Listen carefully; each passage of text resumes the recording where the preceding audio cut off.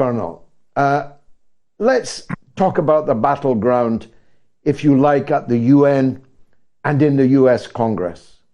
Zelensky was as popular as a pork chop at a Muslim wedding with a lot of the delegates in the United Nations this week.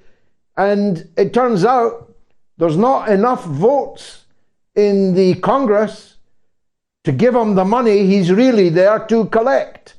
He's losing on the political battlefield, isn't he? Yeah, I think James Brown said it best. The thrill is gone. And our friend Zelensky is very definitely in the loser's corner. Nobody wants to state it publicly, but everybody knows tragically Ukraine has lost hundreds of thousands of men, I would argue pointlessly, in a war for all the wrong reasons. The Russians are sitting comfortably behind their defenses, and everyone is wondering when the Russians will attack and finish this war. But I think from the very beginning, Putin never had any intention of conquering Western Ukraine and moving into Eastern Europe, contrary to what the propagandists in your country and mine have said. There's no payoff. Territorial imperialism is a loser. He simply wants this war to end. He wants to liberate the Russians living in Eastern Ukraine from the oppressive rule of Mr. Zelensky and his friends, and he would like to get back to normalcy, wants to get back to doing business. And I think the Europeans need to wake up as soon as possible, because the sooner they wake up, the more improvement they will see in their lives. But they've got a long way to go with the governments ruling them. And unfortunately, we're ruled by people not very different from the ones you're discussing in Great Britain right now. They also need to go. We need normality. We need to get away from all of this artificial nonsense. We need to get away from what Roger Scruton used to call the nonsense machine. You've got a nonsense machine in London and apparently also in Edinburgh, sadly. We have a nonsense machine in Washington. It all needs to stop, because all of this is about money, unfortunately, in the United States. And lots of people are getting rich in Washington, D.C., while the Ukrainian people are being killed and their nation is being destroyed. Well, I didn't intend to be speaking to you about this, but I did see that you had weighed in one of your political initiatives that you're welcome to brief us on this nonsense machine. I've seen a lot, Colonel, as a man of my age and more than 50 years in politics. I ought to have seen a lot, but I have never seen a conquering of the public space, the institutions, the commanding heights of the society as quickly and as comprehensively as I have seen over this nonsense machine, the transmania, the gender-bending, all-consuming triumph of people that we were all absolutely content to see an end to discrimination against, all happy to see a dampening of bigotry towards. But we are now in a situation, Colonel, you may not be in your country, but I am in mine, that it is a crime for which I can be sent to prison if I do not call a man a woman because that man has decreed himself to be a woman. It is a crime that could put you behind bars. How did we get there? Well, it looks like the people that dominate our financial system and control the money are the same people who currently dominate the government, who are shaping society, who are controlling academia. They've effectively taken over the airwaves. And so they can make something that's utterly ridiculous, like this war in Ukraine, and portray it as though it's some victory for them and for their ruling class, when in fact we know the Ukrainians have been slaughtered in this war. We've set them up for failure. We tried to build an army on the fly. We sent them into action, promising them virtually everything and anything, And they've reached the point now where they have nothing left to fight with. And so now we're handing them cruise missiles, and they're going to hurl those pointlessly at targets in Russia or wherever they can reach. It's not going to change anything, but it could ultimately induce the Russians to finally say, let's attack and end this thing once and for all. Russian commanders are telling President Putin they want to drive their tanks right into Kiev and destroy this regime once and for all, which they now view, and I think they're right, as a danger not only to them, but a danger to the people living in Ukraine and living in Europe. These people are dangerous. They represent everything that you're talking about. They have a spokesperson who is a man dressed as a woman. Whether or not this person has been through some sort of transgender surgery, I have no idea. But this thing spouts utter nonsense and is held up as an example by Zelensky and the West as something we all ought to worship. This has got to stop. This doesn't make any sense. It's the nonsense machine in charge. We've turned the world upside down. I don't have any easy answers other than to say we've got to resist. I know my ancestors resisted a hell of a lot in Scotland over many centuries. I suppose that's why I'm sitting where I am in the United States now, because they finally decided to give up and leave. But I hope that the people in Great Britain will resist and stand up and essentially talk about the nonsense and stop it, because we've got to. We've been lied to about everything. We're being lied to about gender and biology and genetics, lied about what's right, what's wrong. And we don't need PhDs, and we don't need to spend time in seminaries to figure out what's right, what's wrong, and what's real.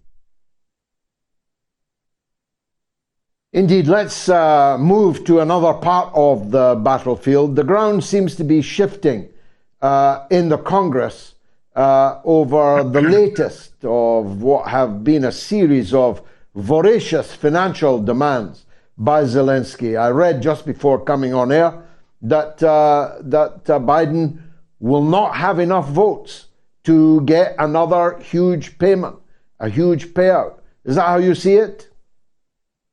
There are 37 million people inside the United States living below the poverty line. There are 11 million children, American children, who go to bed hungry every night. Now, what's wrong with this picture? We want to send billions and hundreds of billions to Ukraine to fight a war that makes no sense against a people that are not the enemy of the American people, or for that matter, in my judgment, Europe. We should be interested in peace, not shipping hundreds of billions of dollars overseas. People in the country are beginning to say, wait a minute, 37 million Americans live in poverty. 11 million children are going to bed hungry every night. This is outrageous nonsense. It needs to stop. That's what's happening. And is that putting pressure on the Republican leadership in the House, which has been bipartisan on foreign policy issues, at least, with the Democrats in lockstep? Are they beginning to move now? Well, I think we still have what we call the uniparty. That is, the Republicans and Democrats are all interested in the same thing. They want to line their pockets with as much cash as possible and go home as multimillionaires. You know, this is not the way this government was originally designed. We didn't build this government with that in mind, but that's what's happened. For the last 30, 40 years, all sorts of people have showed up in Washington who are only modestly wealthy, if we can use that word at all. But they all ended up retiring after 5 or 6 terms in office with millions of dollars. This has become an industry, a self-licking ice cream cone, if you want. And we're doing the same thing with defense right now. I mean, we had the chief financial officer of Lockheed Martin, one of the top 5 defense firms, speak publicly and talk about the wonderful prospects for profits in the future. He said, we've got $10 billion more orders on the way now, thanks to Ukraine.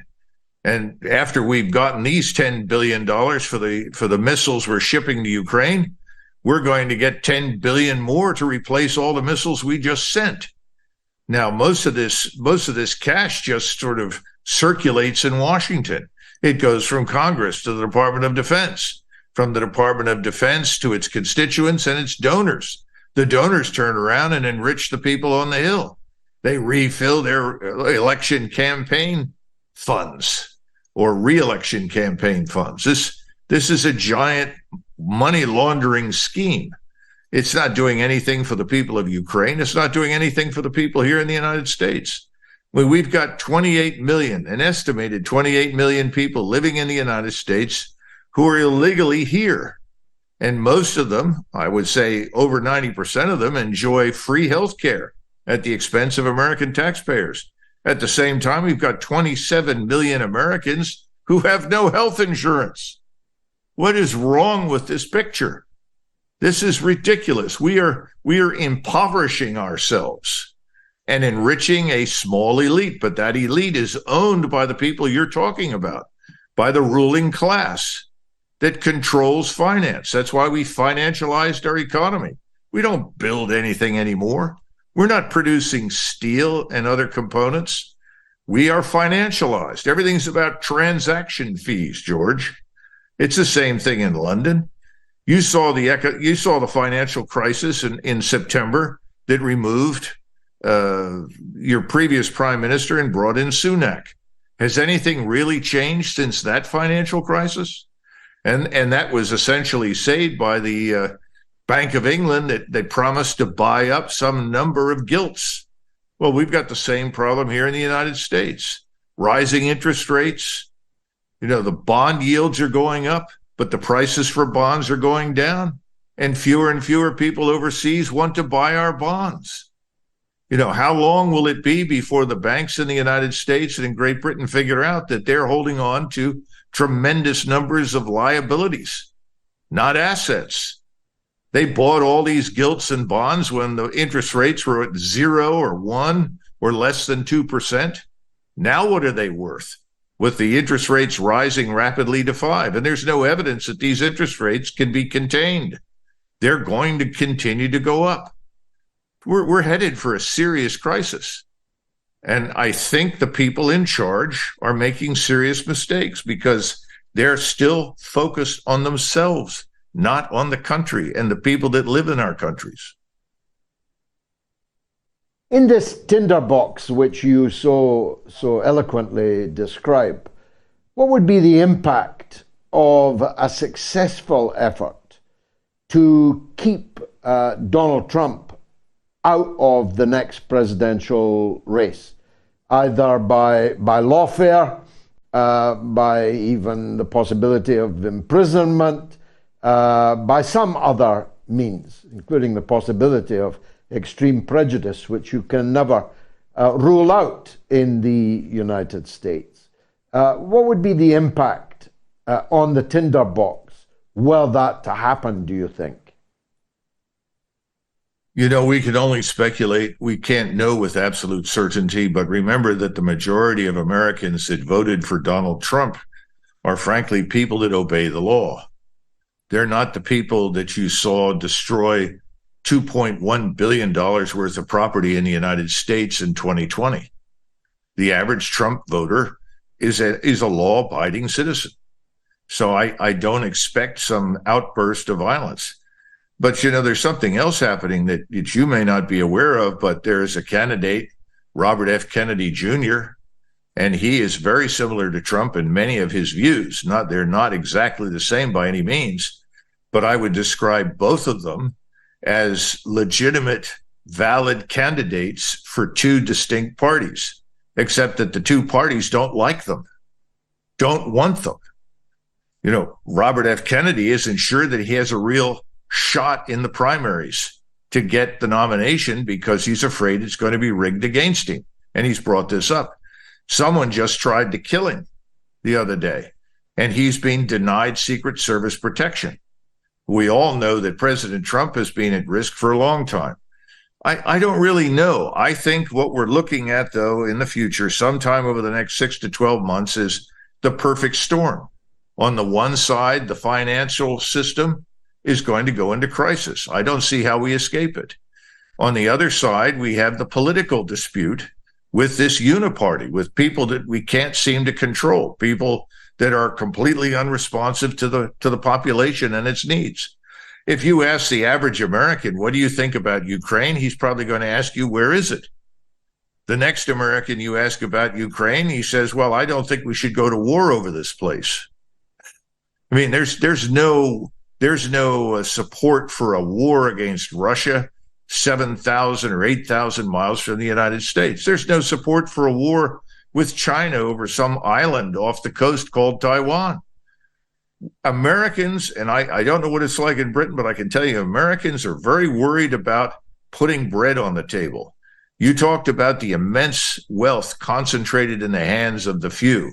We've got a lot of people in the United States living now paycheck to paycheck. The average American has perhaps $4,000, $5,000 in savings. How long is that going to last? Particularly given the financialization of our economy, the rising interest rates. How does the average American get credit? Credit is tightening. That's no accident as the interest rates go up. So I think we're headed into some sort of perfect storm. So to sit here and predict how people will react, it's hard to tell. But if they can't eat, if they can't put food on the table, if they can't get to work because they can't afford to put gas in their automobiles, if they can't afford to stay in the homes that they own,